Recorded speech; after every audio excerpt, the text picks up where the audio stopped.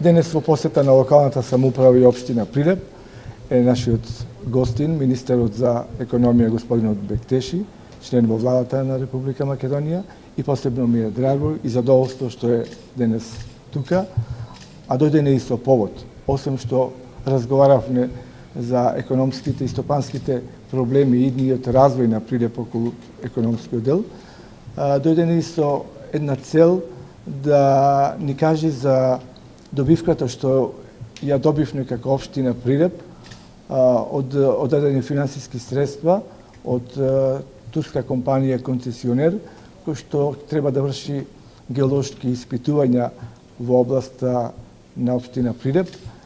Таа концесија, која што вие знаете дека во Прилеп има над 20 концесионери каде што се експлоатира мермер, оваа концесија достигна високо ниво над 7 милиони и 300.000 евра. Тоа до сега не се случило од ниеден концесионер.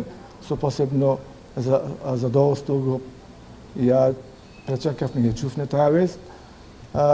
Една третина од таа висина на оваа концесија и припаѓа на општина Прилеп, 2/3 и припаѓа на општина Долнини.